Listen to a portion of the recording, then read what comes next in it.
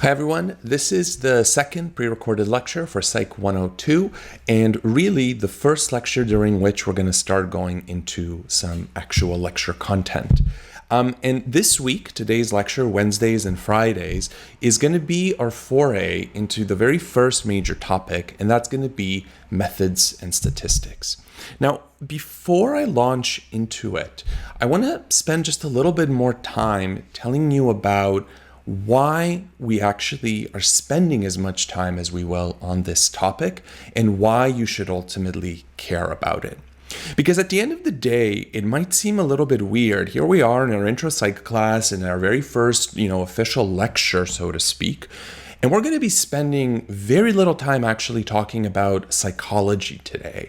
Instead, we're going to be spending most of our time going through, frankly, a lot of definitions, a lot more definitions than you'll typically encounter in this class, and going through some very technical details of how experiments are made and how statistics work and things like that. And a lot of students wonder why we're doing this. Why are we spending all this time in a psych course talking about methods and stats? And there's actually a couple of really important reasons why we do this. And as I hope to convince you by the end of Friday's lecture, by the end of this week, everything else in psychology that we decide counts as a finding, counts as something that is true or false, that we as scientists have decided is a likely way in which the human mind works or doesn't work, we ultimately can only do if we understand how statistics and how experimental methods work. And there's two reasons for it. The first reason is that every single science, and psychology in particular, as it turns out, studies uncertain things. No experiment is ever perfectly conclusive. Every experiment always leaves some small or sometimes large margin of error, something that could have been done better, something where, maybe it was just a fluke, etc. And so statistics is essentially the language through which we talk about and quantify uncertainty. And within the domain of any science, this is invaluable and completely necessary because as scientists, we need to decide when is a particular observation too uncertain to be true, where we just have so little confidence about the experiment we just completed or the data we just analyzed or something like that, that even though we have the data, we're not really willing to make strong conclusions out of it. Versus when is it the case that we have made an experiment and have some data and some findings that, though they have some degree of uncertainty, the uncertainty is so low that we can say with some degree of confidence that this is very likely to be true.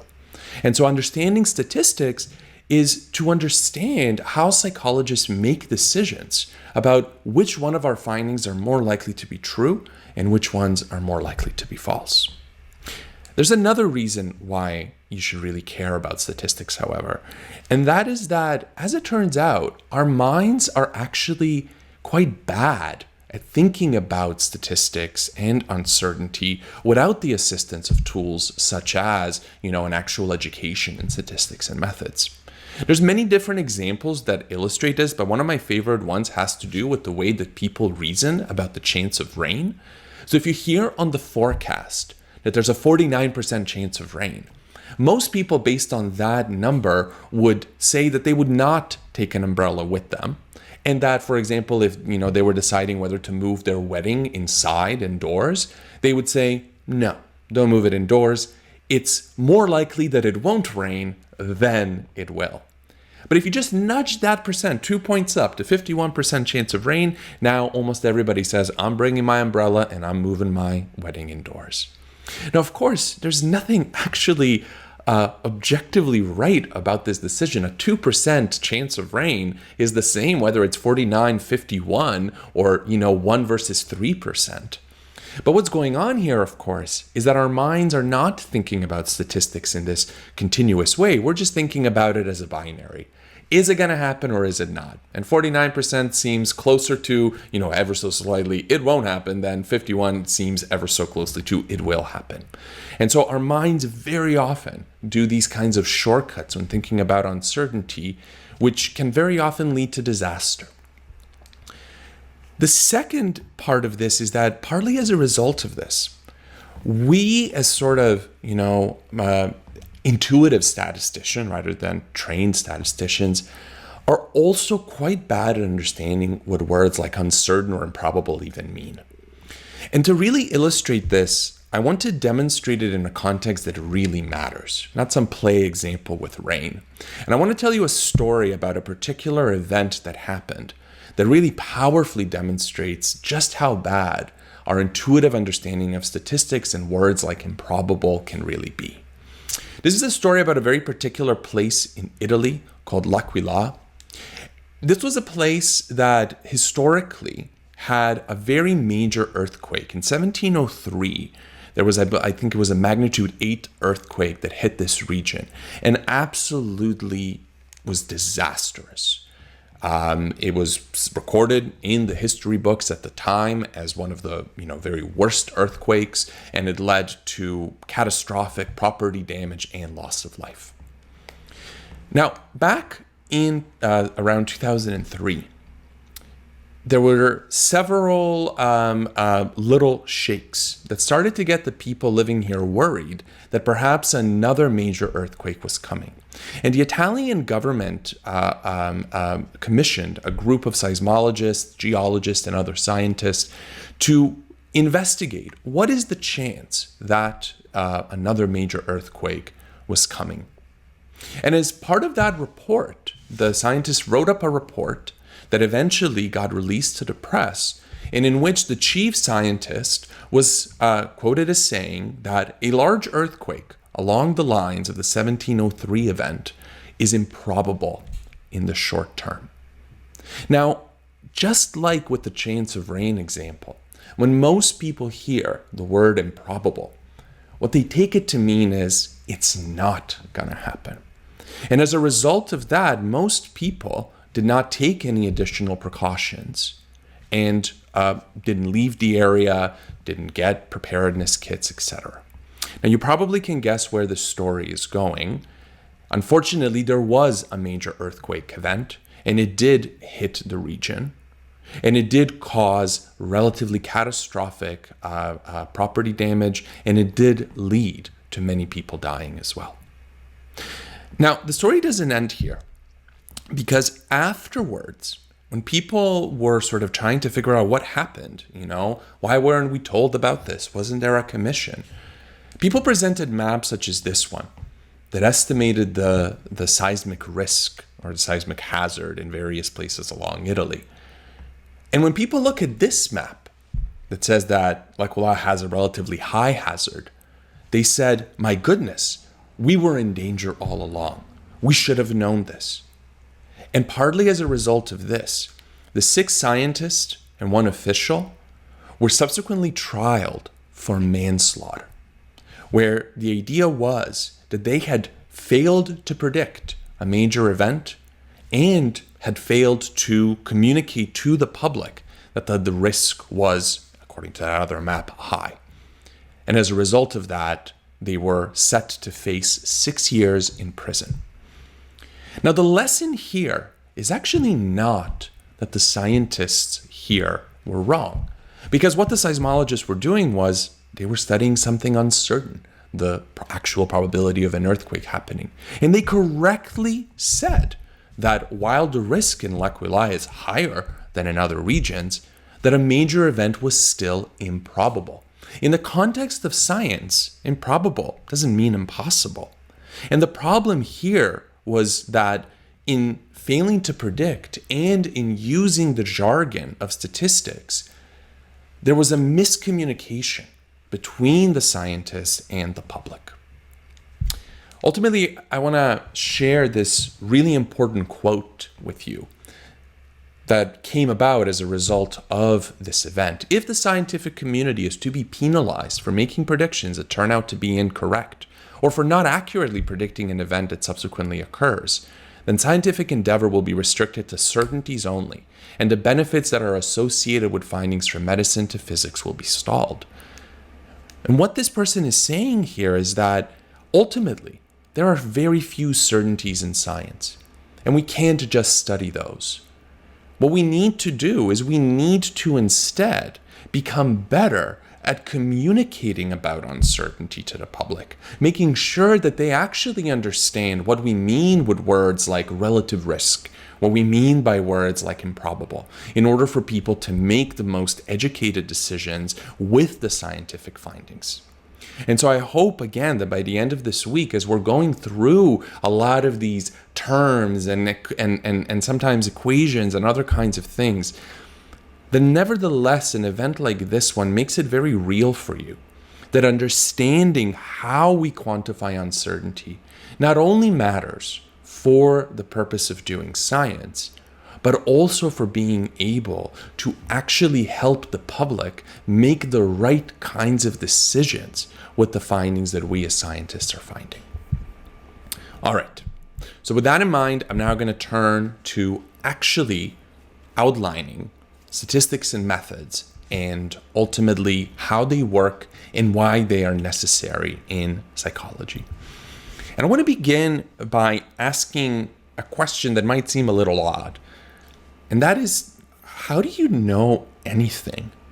I mean, think of any fact that you believe that you really know. I'm recording this on Monday, and so maybe we can say that, I really truly believe that today is Monday. I would be shocked and dismayed if it turned out that today wasn't Monday, right? And you can think of a fact for yourself, maybe what you had for breakfast today, or maybe the address where you live or something like that. And I want you to ask yourself, well, how do you know that fact? And what would it take to change your mind? And if you actually start examining the host of different facts and their origins in your life, you will discover that by and large, the things that you believe you know come from one of three sources. One source is what we're going to call authority. There are certain things that you know because somebody told you that it's so, that the world is such, right? And although very often, authority might seem like a really bad word, and at times knowing things from authority can be problematic, I want you to really sort of think about the fact that there are so many things in your life that you accept because of authority and authority alone. In fact, in some ways, when we're thinking about just the process of education, right, I am sort of supposed to be the expert in the room who is telling you facts that you're then supposed to know. Knowledge from authority is a very important way in which we know things. But there's a problem as well. People could lie to you. People could have ulterior motives. People could present you with false information in the hopes of tricking you or manipulating you. And so if all of your knowledge was only derived from authority, you'd be in trouble. So there's another way in which we know things. And we can think about this one as intuition. You know something because you just do. You just maybe feel it to be true. Or maybe something, you don't know why, but just you know certain things to be true. And much of our knowledge is like this. It's what we would call non-declarative. You know how to ride a bike without being able to explain to somebody how. You just learned it. You know how to tie your shoelaces like this as well. And ultimately, this form of knowledge is also sometimes very important and beneficial because nobody can take it away from you. But at the same time, if all knowledge was based on intuition, we'd be in trouble as well because it couldn't be shared, because my intuitions are not going to align with yours. Intuition is also the way in which a lot of, fake psychics end up conveying their knowledge that then they can't demonstrate because it's something that only they know. They're the special ones who gain this knowledge. You can never have access to it. Now, really, when you really think about it, these two forms of knowledge fall on a kind of a scale. Intuition is what we can call purely internal knowledge. Only belongs to you, only you can have it, and you can't really share it with anybody else. Nobody ever learned how to ride a bike by another person just telling them what to do. Authority, on the other hand, is purely external. It belongs to somebody else and they're just feeding it to you. And, you don't get to know something independently of that other person. But ultimately, neither of these are perfect. They work in certain places, but not always. But luckily, there's a third place. There's a third form of knowledge, and it's really the one that falls in between. And we're going to call it observation. Observation is when you know something because you have experienced it as such, because you've actually looked into the world or touched the world or whatever else, and your experience tells you that the world is such and such, right? Now, observation has several really important properties that make it this incredible blend of authority and intuition and make it really quite ideal for something like science. Observation works like intuition in that you yourself get to go and experience it. If somebody says, wow, I just saw the most beautiful bird out there on a branch, you can go and try to look at it yourself. But at the same time, it's not purely internal. Because if you are the one who saw the bird, you can pull another person over and say, look at that. And that is a kind of a place of authority where you can point people's attention as somebody who is saying, I have something interesting to show you, but it's ultimately up to them to decide what they see and what it means. So observation can be shared, unlike intuition, but observation is also down to you individually, unlike authority. And as a result of that, scientists have long ago decided that observation is sort of, for the purpose of science, the best form of knowledge acquisition. And as scientists, what we try to do is we try to acquire as much of our knowledge through observation, observing experiments, and then getting other scientists to look at those same experiments and derive their own conclusions. So this might seem great. This might seem awesome. It might seem like, sweet, we solved it, right? We're done. What else do we need to know? Observation is the way to know science, and it's a really good way of knowing that perfectly blends this purely internal intuition with purely external authority. What is the downside of observation? Well, there's a lot. There's a lot of problems with knowing things through pure observation. One problem is that observation is not always possible. There are certain things that we just can't observe. Within the domain like physics, we can't see ultraviolet light with just our eyes. Within psychology, I can't observe your internal thoughts and feelings. I can just observe your external behavior and try to guess at what you're thinking or feeling. But if you've ever had an experience of interacting with another person, you know that a lot of the times we get this wrong. So how are we supposed to build a science of psychology based on observation when we can't even actually observe people's minds? Well, maybe you think, well, look, it's okay. We'll find a way to do it, right? We can't see ultraviolet light with our eyes, but we've developed various kinds of tools, microscopes and telescopes and all sorts of other things that allow us to observe what is at first unobservable. Maybe as psychologists, we can come up with creative tools to do that as well. Well, if you do that, you're going to encounter the second problem. And that is that observation is not always reliable. What I mean by that is that from one moment to another, you may not actually know what it is that you're seeing. Your eyes sometimes tell you one thing, and another time they tell you another. There's a very famous example in the history of science regarding this. It's kind of funny. It's called the horse galloping problem. This was actually like a major point of discussion for people before the advent of photography. Because when a horse runs, they are moving so incredibly fast that people genuinely could not figure out whether, as the horse's legs are moving, if there is ever a moment when the horse entirely leaves the ground and its legs are sort of outward or inward. Let me demonstrate. Here's an illustration of somebody drawing what they think is a drawing of a horse running. And people would actually go to cafes and have debates about things like these and say, I don't know, is a horse ever in this position when it's running? And people could not figure it out because sometimes it looked one way and sometimes it looked another. And it wasn't until the advent of photography, where people could take a series of flash shots, that we learned that although a horse does, when it's running, leave both its feet from the ground, it only does so when the legs are swinging in. And this particular drawing of a horse is actually absurd. This horse would just fall flat on its belly, right? If horses ran like this, they would just spend, every other leap just falling flat and breaking their legs. But again, we couldn't even figure that out. Not because it wasn't possible, but because we were looking at horses running and sometimes seeing it one way and sometimes seeing it another. Well, okay, maybe we come up with some way of dealing with reliability. Here's the third problem. Observation isn't even always true. Your eyes sometimes quite literally lie to you and misrepresent the way that the world is. Consider the fact that the Earth certainly appears flat to our eyes, right? I mean, at the end of the day, it is sort of intuitively, we can all kind of intuitively understand why flat Earthers still exist.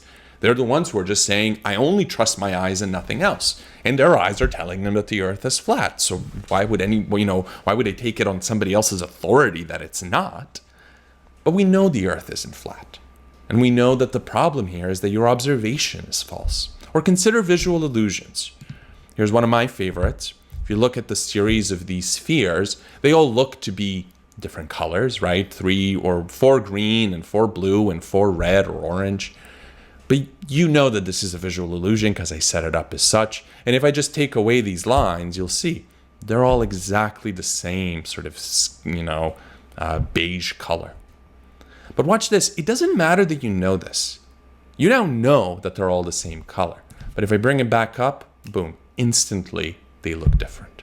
So your observation is false even when you know that it's false. You can't overwrite that.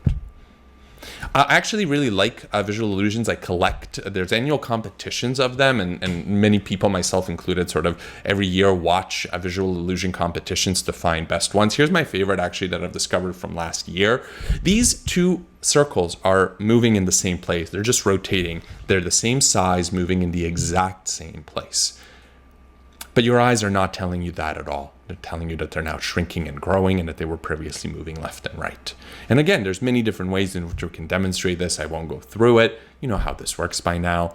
But the point is that visual illusions are this beautiful reminder that observation isn't even going to always tell you exactly what is true.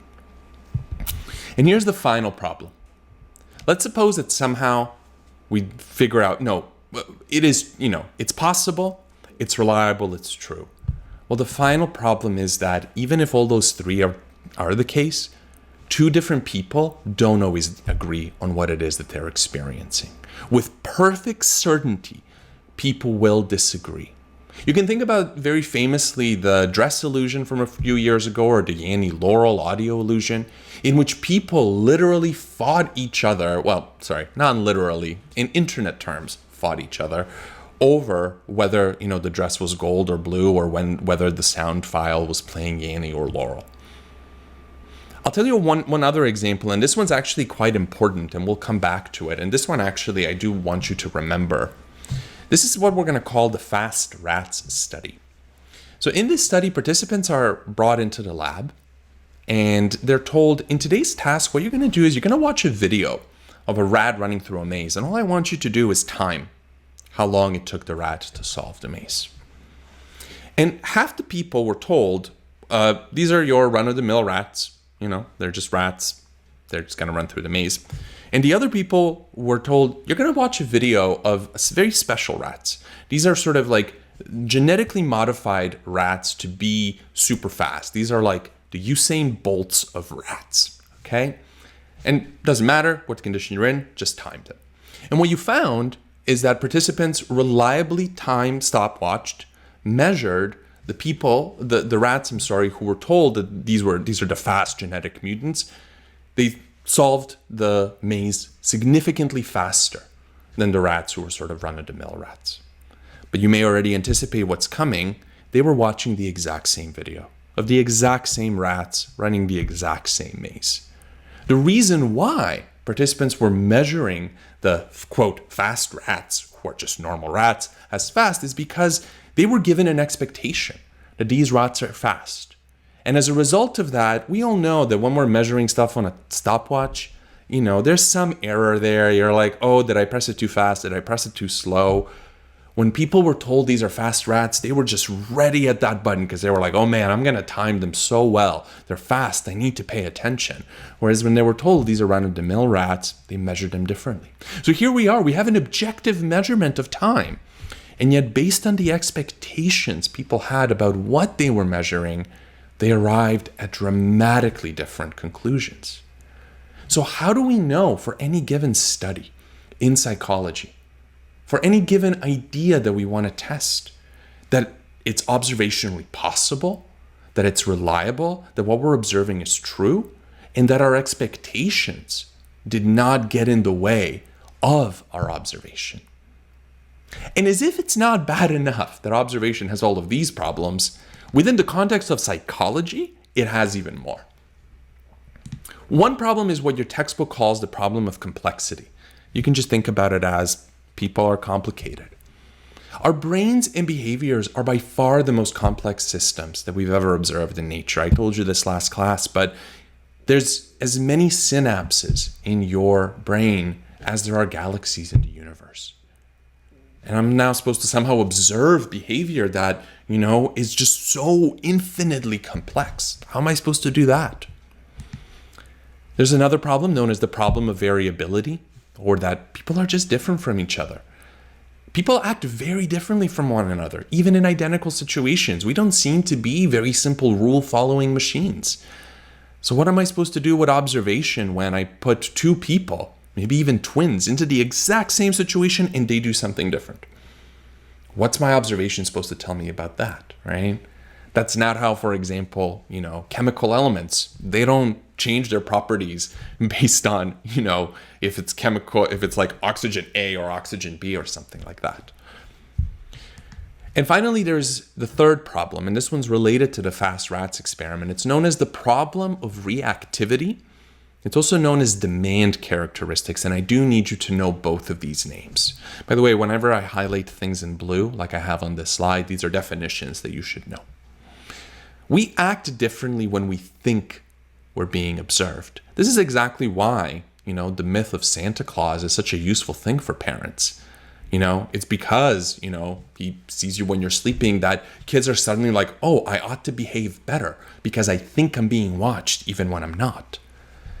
And so our expectations shape what we observe, but also when we know we're being observed, we act very differently. So how am I supposed to know if your behavior is an index of your actual behavior, or if you're only behaving the way that you're behaving because you know you're being watched? So what are we supposed to do with all this? All right, let's pause for a moment. Where are we right now? Well, we started by saying that observation is sort of this ideal way to know things in the sciences because it blends the best parts of internal and external sources of knowledge without the problems. But instead, it introduces all of these other problems. And to solve them, psychology uses a number of what we're going to call special tools and special rules. The science tools, the tools of psychology, are very special ways of measuring human thoughts and behavior, special ways of observing that allow us precision and eliminate many of our biases. So in other words, observation in psychology is not pure. It follows and uses a specific set of tools. Likewise, it follows a specific set of rules. These are ways of deciding what it is that we observed that minimize the chance of biases and help us formulate our theories. And as you will see, together, these tools and rules end up solving the problems of observations that we faced. And as long as we are following them as strictly as possible, we can be quite certain that what we are observing is not falling for all of the problems that we've gone so far. So today, in the remaining 20 minutes of this lecture, we're going to be talking about the tools of psychology, special ways in which psychology structures observation in order to make it as reliable as possible.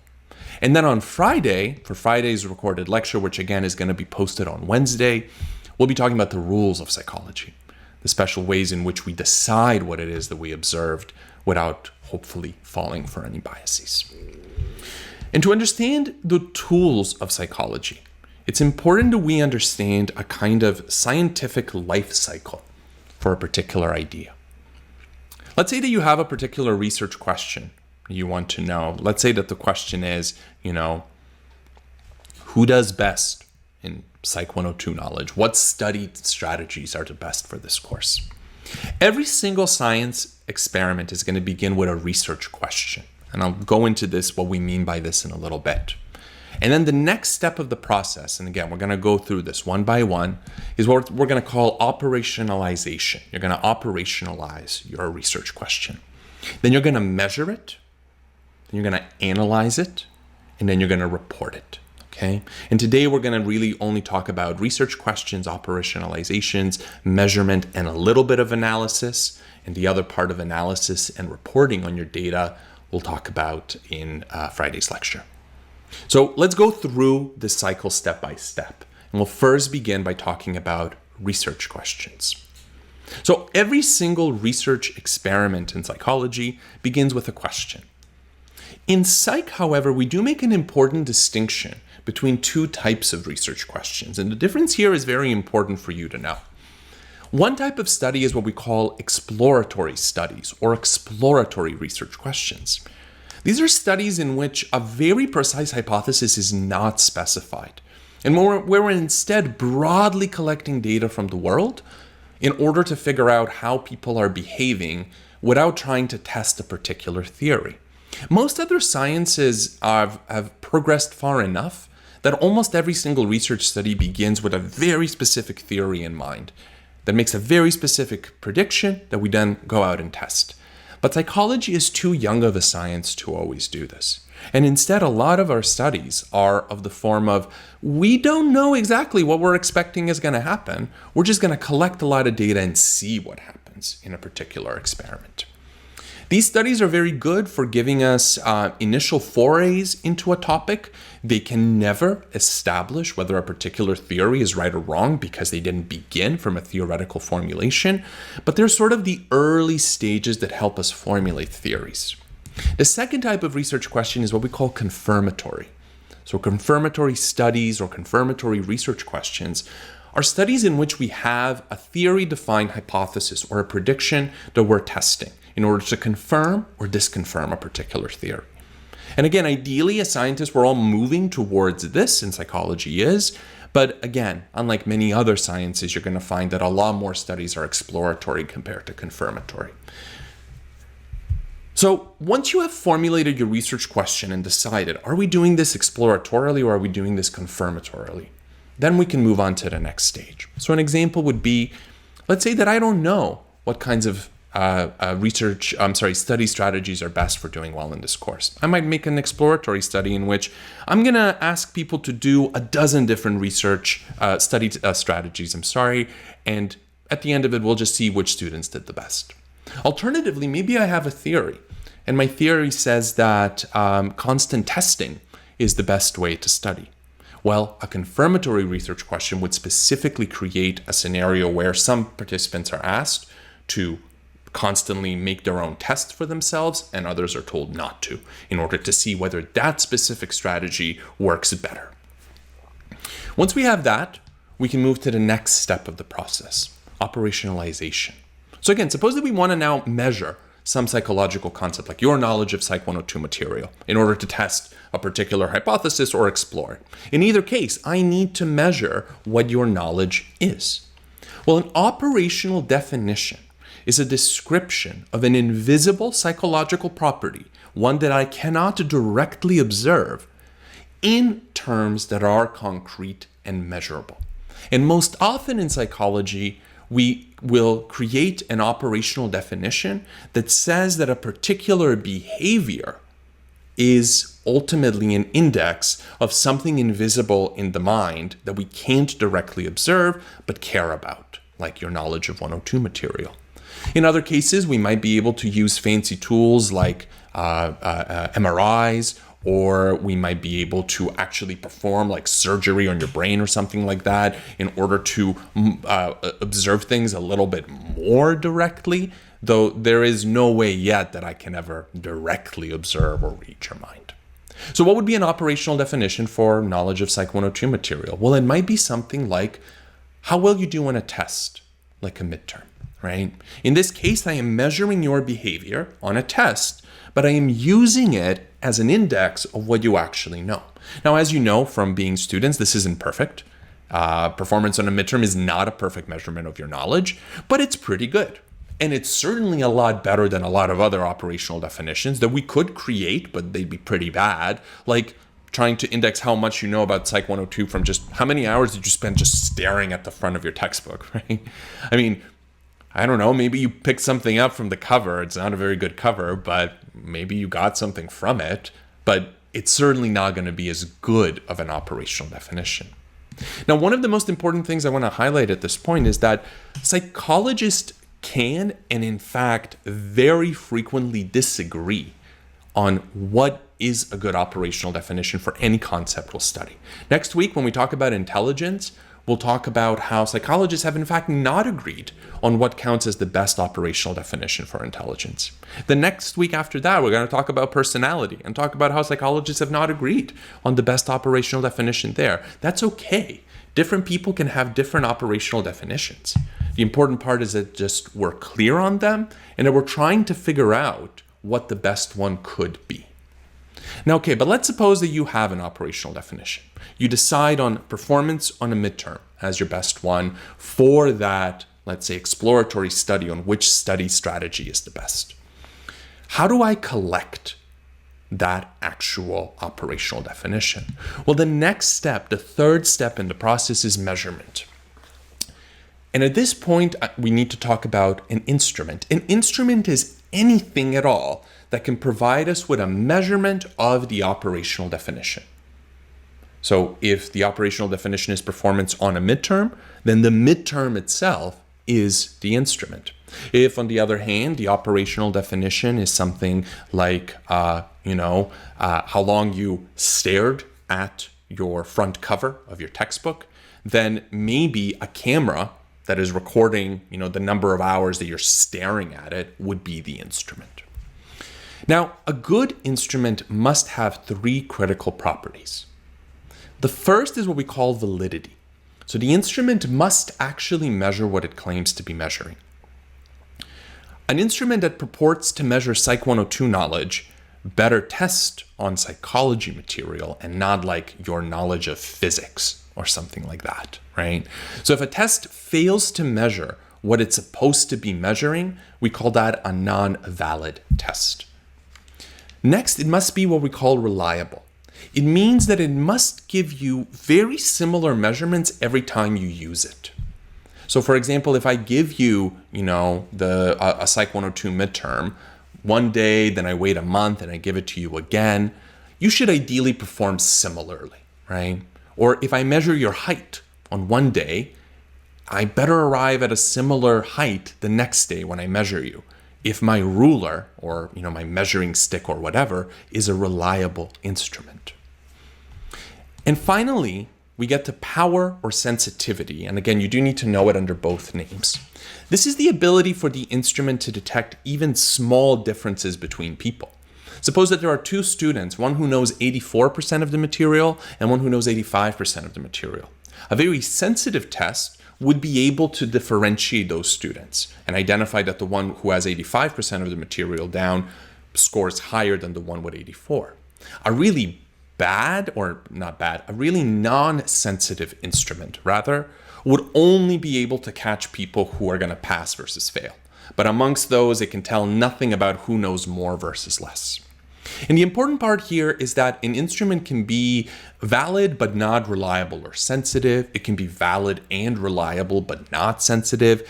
An instrument can have any number of these features or lack any number of them. But a good instrument is always going to have all three. And again, as we talk more throughout this course, you will find that there are certain psychological findings that are no longer accepted today because the instruments that we had for measuring behavior are no longer thought to be either valid or reliable or sensitive enough. So we'll talk more about this throughout the entire term. Finally, once you have your question, your operational definition, your valid, sensitive, and reliable instrument, you can actually use the instrument to collect data. Data is just a collection of measurements. Data in psychology tends to fall into two categories. One is what we call as quantitative data. Quantitative data is data that has a number, like, your height or your percentage in a test. Anything that can be expressed as a number where the number carries meaning, where higher numbers are actually higher in some property, etc., is quantitative data. This is by far the most common type of data that you will encounter in psychology, but it's not the only one. The other is what we call qualitative data. This is data which is non-numerical, but instead is what we call descriptive. These are things like pictures or interview transcripts, which are actually quite common in certain areas of psychology, where what we're going to be doing instead of collecting performance on a test is we're going to interview a lot of people. We're going to talk to them, and we're going to see what their thoughts are like. And so this is much more common, for example, in places like educational psychology. But in most of the studies that we're going to be talking about in this particular class are almost always going to be quantitative, but you should know that data in psychology is sometimes qualitative. Okay, so again, let's go through the cycle. We have the research question, we have the operational definition, we have a valid, reliable, and sensitive instrument, and we've used it to collect some data, let's say quantitative data, performance on a test. What now? Well, the fourth step of the process is to use what we call descriptive statistics. Descriptive statistics are sets of mathematical tools that help us describe the data, that allow us to give the data some kind of meaning. Okay, so let me give you an example. And to do this, let's imagine that you have a class of just 5 people, and this is their performance on that particular midterm. 52, 52, 65, 73, 100, right? If I ever got this distribution, I'd be really worried about my class, but that's okay. Let's do this. And by the way, I want to use this as an opportunity to remind you that in this class, you do not need to memorize numbers, formulas, or any kind of equation. I'm going to be going through some numbers in order to give you a concrete sense of some of the terms we'll be going through, but you'll never be asked to actually calculate anything in this class. So there are 2 major forms of descriptive statistics. One is what we call measures of central tendency. And it's one of those times where like somebody invented a word that you're just going to shake your head at because you're like, I know what this means. Why are we coming up with a word that's so complicated? But this is essentially a statistics that describes a typical value in the data set. You already know what these are. These are things like means or averages. So the mathematical average of the data is what we call the mean. In this case, it's 68.4. And the point here is that we have one number that describes the entire set. In this case, that describes its sort of typical value. That's what central tendency is. So tendency of the center point of the value. Another example is what's known as the median. This is the middle of the sorted data. So you sort the data from lowest to highest and you pick what is the middle value. There's lots of reasons why means and medians are different and when one is used as opposed to the other. Your textbook is going to talk a little bit about this, so I won't. And finally, we have what is known as the mode. The mode is the most common value. In this case, every single number appears once, except for 52, which appears twice. So 52 is the mode. Right. Again, you're not going to be asked to ever calculate anything like this. I'm just giving it to you to give you a sense that there's different ways of choosing to describe central tendency. But ultimately, all measures of central tendencies are ways of describing the typical value in the data. The second major component of descriptive statistics, and this one we care about a lot in psychology, is variability. Variability describes how different are the data points from each other. Psychology is a science where people behave very differently from each other. And as a result of that, compared to a lot of other sciences, psychologists care way more about describing variability between people. And as a result of that, a lot of our time is spent on using descriptive statistics of variability and combining it with certain other things we'll learn about on Friday to infer what is likely true in what we observed and what is likely just random fluctuations. I'm going to talk about 2 measures of variability. There's a lot more than just these, so we'll just stick to 2. The first is the most straightforward one. It's the range. It's the difference between the largest value and the smallest value. So in this example data set, the difference between 100 and 52, which is 48. The higher the range, the more different the values are because the endpoints are further apart. The other major one, and this one's going to sound confusing. Again, you don't need to worry about knowing how to calculate it, but I'm just going to go through it anyway, is the standard deviation. The standard deviation is the average squared difference from the mean. Okay? What we do is we ask, how different is every single individual data point from the mean? How far apart is it? And what is the actual average of those distances, right?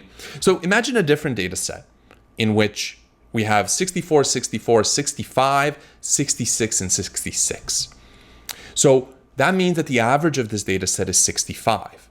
And on average, every single data point is only 1 away from the mean, right? 64 and 64 are 1 below the mean, 66 and 66 are 1 above the mean. So on average, every single data point is about 1 away.